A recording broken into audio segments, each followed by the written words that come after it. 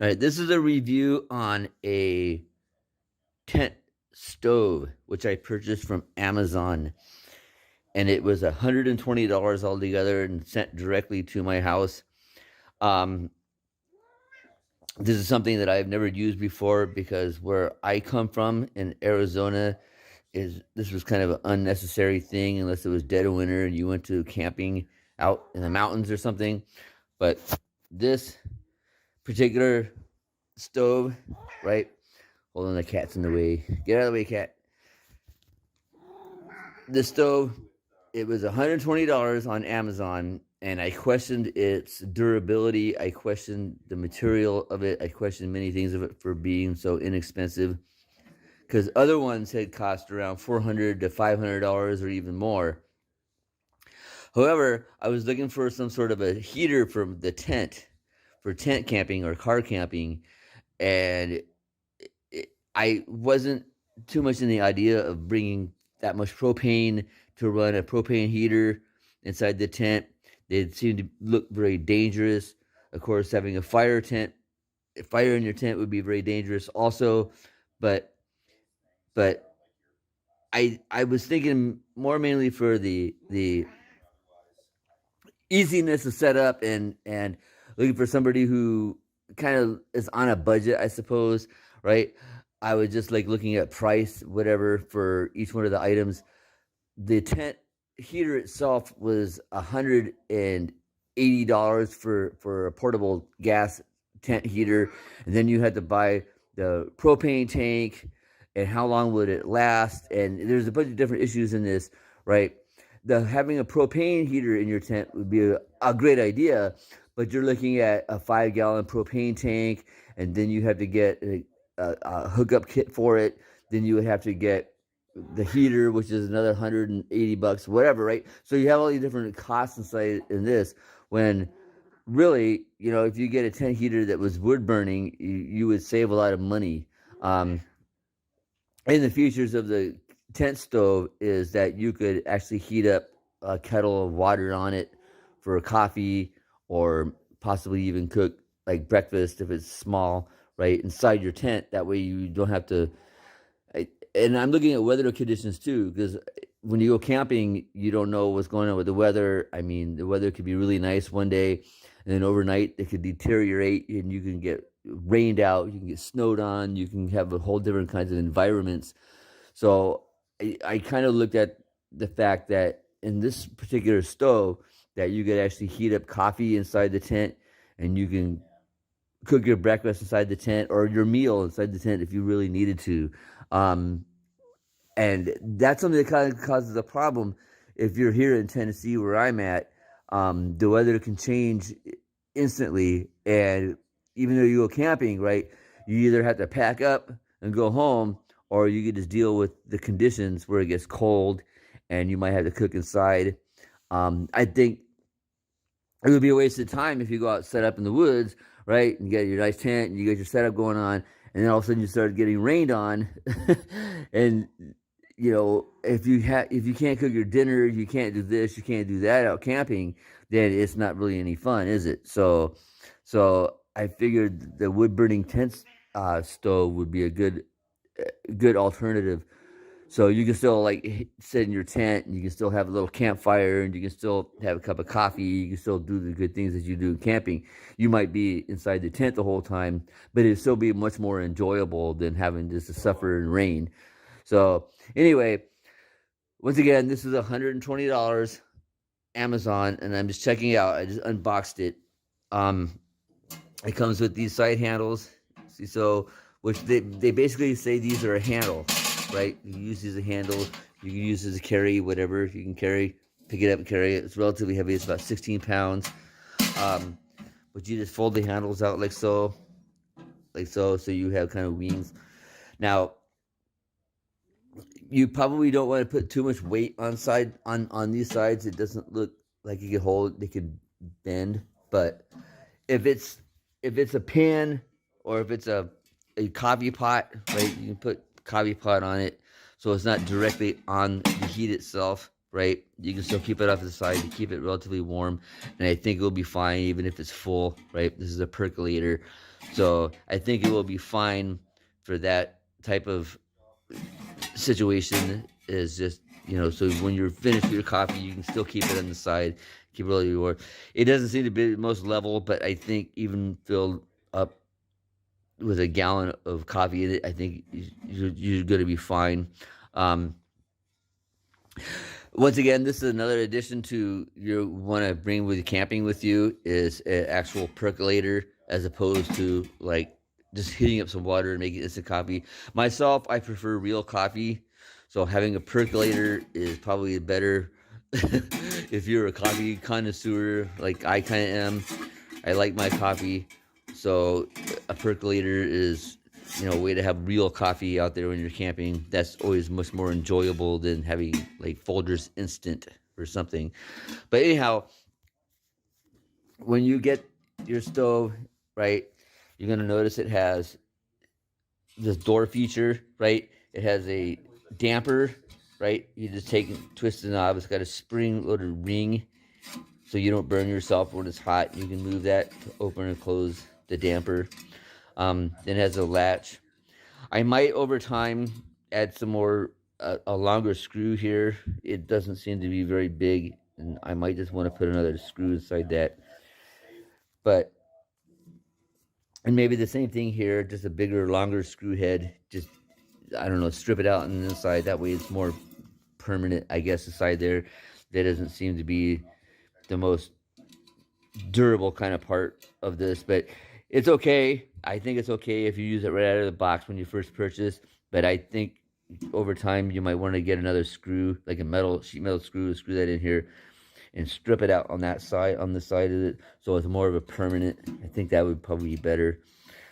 But like I said, it's all yours, right? But it does come with the rings on that handle to latch the door. I haven't tested this. I haven't burned it. I'm going to go and burn it probably later on and give it a test burn to all this carbon that's on here. I'm going to burn that off to give it just to run it in. But this is just unboxing it, just to show you guys. But anyhow, right, you'll notice that it has this hole right here, which it comes with this plate that covers it. I'm not too certain about this. That's a good idea, but if you're in a tent, right?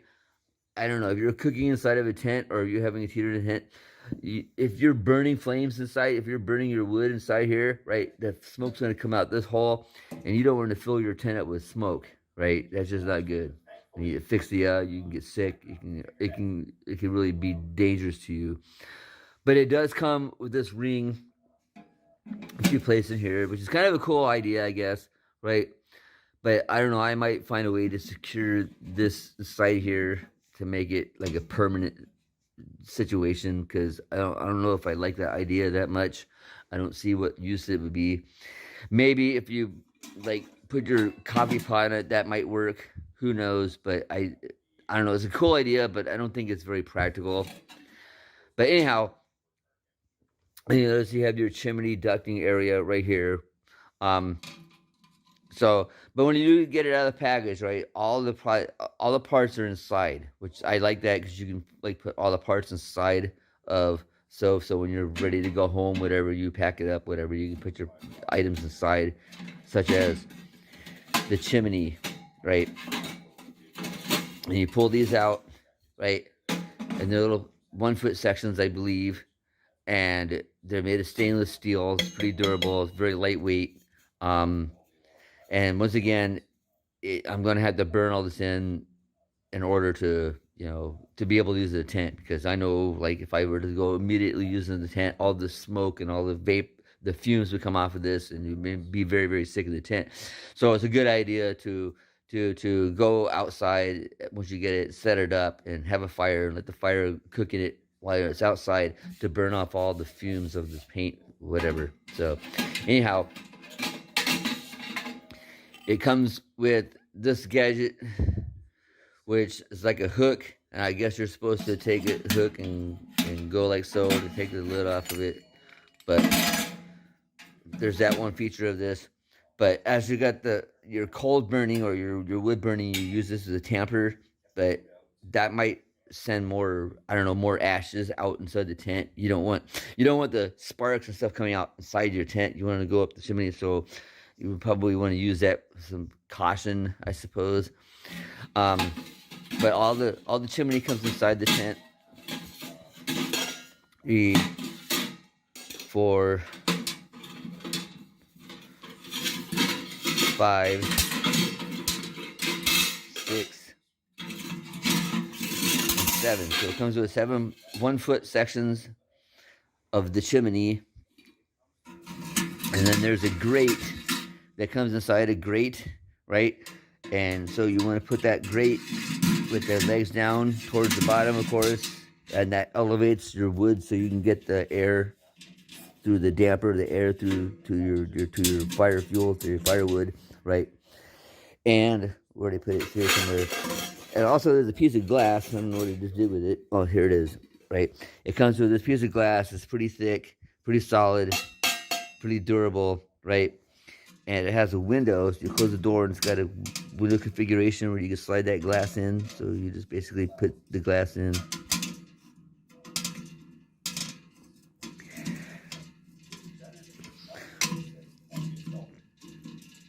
Well, hold on one second.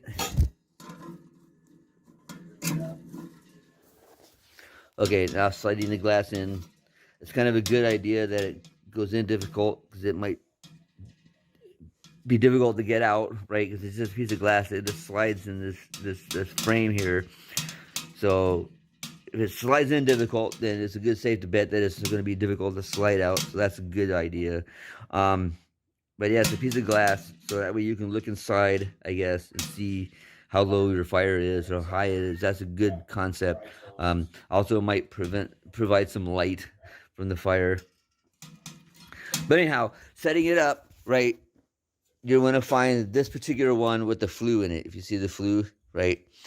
And when I got this, there was this part that was on the side here, or was inside the packaging, and you have to screw it. And that's going to cause your flue, tensioner flue, to open or close. Right, so you just screw this bolt on with this little ring on it, and see how you can turn your flue. See that? The damper. Yeah. And with some common sense, you might want to take that, and you're going to put this into this hole right here. Oh, my bad, it goes up this way, right? They only go together one way. Which, regardless, the closer the flue is down here, the better off you are, basically, so it's more accessible. So see how so this is the first extension. And then these are actually marked, so this one part of these is rounded in, right here, as opposed to this one. This one's open, so you can place in like so together, if that's right.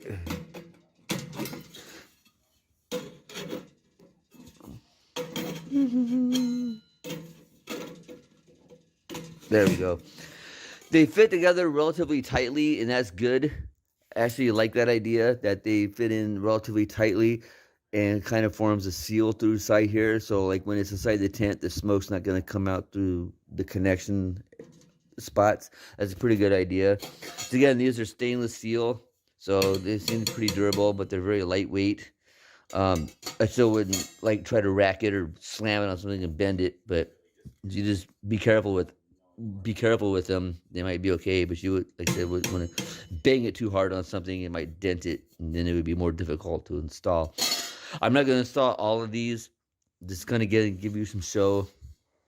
The thing I looked at about this that kind of worried me was when these are erected and outside your tent, you're going to have this huge open hole. And I tried to think of ways to how I could cover that up, but at least to let the smoke go out. But if it's raining or whatever, that the rain is not going to come down the chimney and extinguish the fire or cause a problem. So I came up with devised a really ingenious way to do this, and I took a 7-Up can or an old soda can, right, and punctured some holes at the top. See the holes? Which you have this top area which you might collect water or whatever, but at least that it's going to have proper ventilation, right? That's not really going to matter. But put some holes in it, and then here, let me set this down so I can show you.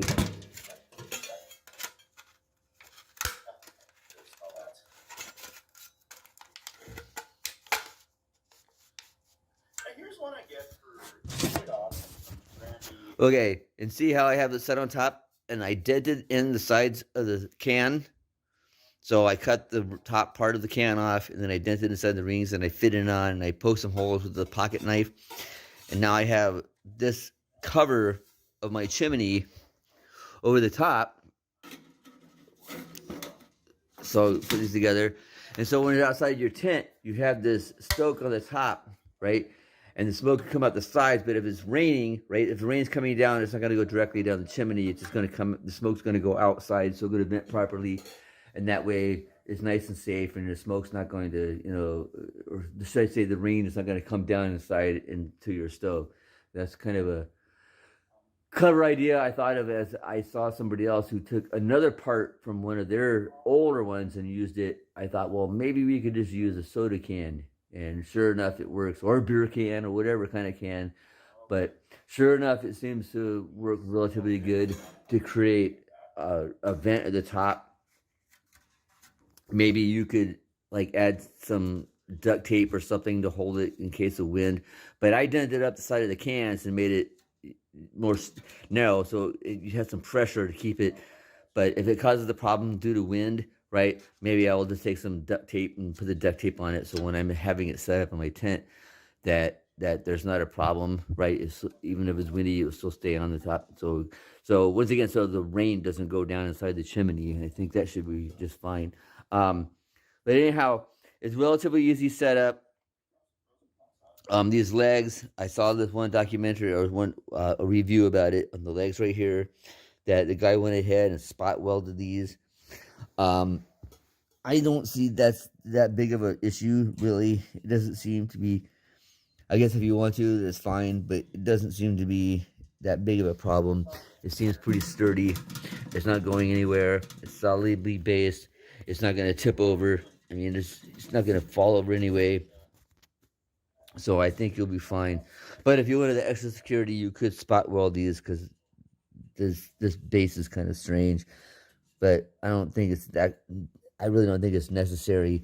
The only thing that might be a problem, like if you want to put something heavy here on these shelves, this would be ideal. Like again, I'll do this again, right? You know, your coffee might be fine. If there's a gallon of water in it, I think it will be fine, right? But those sides are kind of flimsy. But I don't know. I wouldn't trust that. Maybe for light stuff, like if you have like your frying pan, right? Because a lot of people want to have a cast iron stove or cook pan, right? Have a big cast iron, whatever. You could use that, but you know that would be okay if you just kept it more basically on top of here. But if you need to take, say for instance, you're cooking bacon and eggs or hash browns or whatever in it, you might want to take it off and set it here so it doesn't continue to cook, to hold it. So if you're like having to have your dinner or your breakfast inside your tent, you're going to have a place for when you're finished cooking. You want to have to set your pan on or your coffee on. I don't think that would be durable enough to set like a heavy cast iron stove. I can see if you're using a regular frying pan, right, to do that, that would probably be fine. Just a regular, like a 9-inch saute pan or something, that would be fine. But a cast iron heavier, that might cause a problem and slide off. So I would think about that. But really, I mean, if I were to be doing any camping inside or cooking inside, I would probably be using much lighter weight stuff anyway, because the nature of your wood burning inside of a tent. So you really should think about what would be appropriate to have a small fire and appropriate weight, appropriate size of items that you're going to cook with inside of a tent. outside on a camp stove, right? Yeah, I have a nice gas camp stove, right? Cast iron and all these things that would be perfect for that, right? It'd be awesome. But inside your tent, you might really want to think about what you're going to be cooking inside your tent. Most of the time, if you're cooking inside your tent, it's probably an emergency situation because you have torrential weather outside of your tent, and you need to have dinner, but it's something that you need to keep light. You need to keep easy. You can't be making, you can't have this big, huge spread like a King's buffet inside your tent. You got to keep it kind of small and compact to be in a tent. So, you don't want to think about cooking bacon and eggs and hash browns or steaks or whatever inside your tent, because that's just, this poses some problems as far as tent, camping. Outside is fine. Like for outside tent camping, I bring a gas grill, right? And I have a 2-burner propane stove, and I have these items that if the weather's good, I just cook my steak outside. I cook my food outside. I cook my meals outside and enjoy the breeze, enjoy the scenery or whatever, right? My object, I'm not going there to sit in the tent the whole time. I'm going there to sit out in the woods the whole time.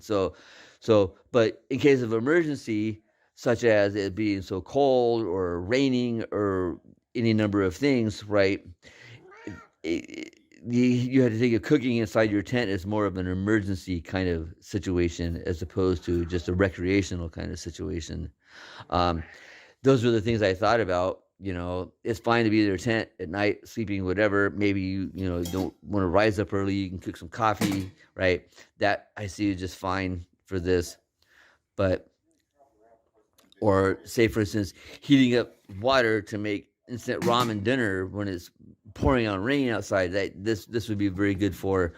But really, if you go outdoors, you might want to consider, right, wanting to cook your dinner outside, out in the woods, think about it. That's probably the more appropriate thing to do. I've seen these guys want to cook their whole meal inside. If it's like freezing outside or you're ice fishing, yeah, I can see that. But you might want to get smaller pans and smaller cookware for this type of cooking in a tent. So anyhow, so far it seems to be pretty good. I'm going to have to give this a burn, to burn all this enamel, to give it a first burn in, whatever. And I will post the results of that in another video. All right. Other than that, happy camping.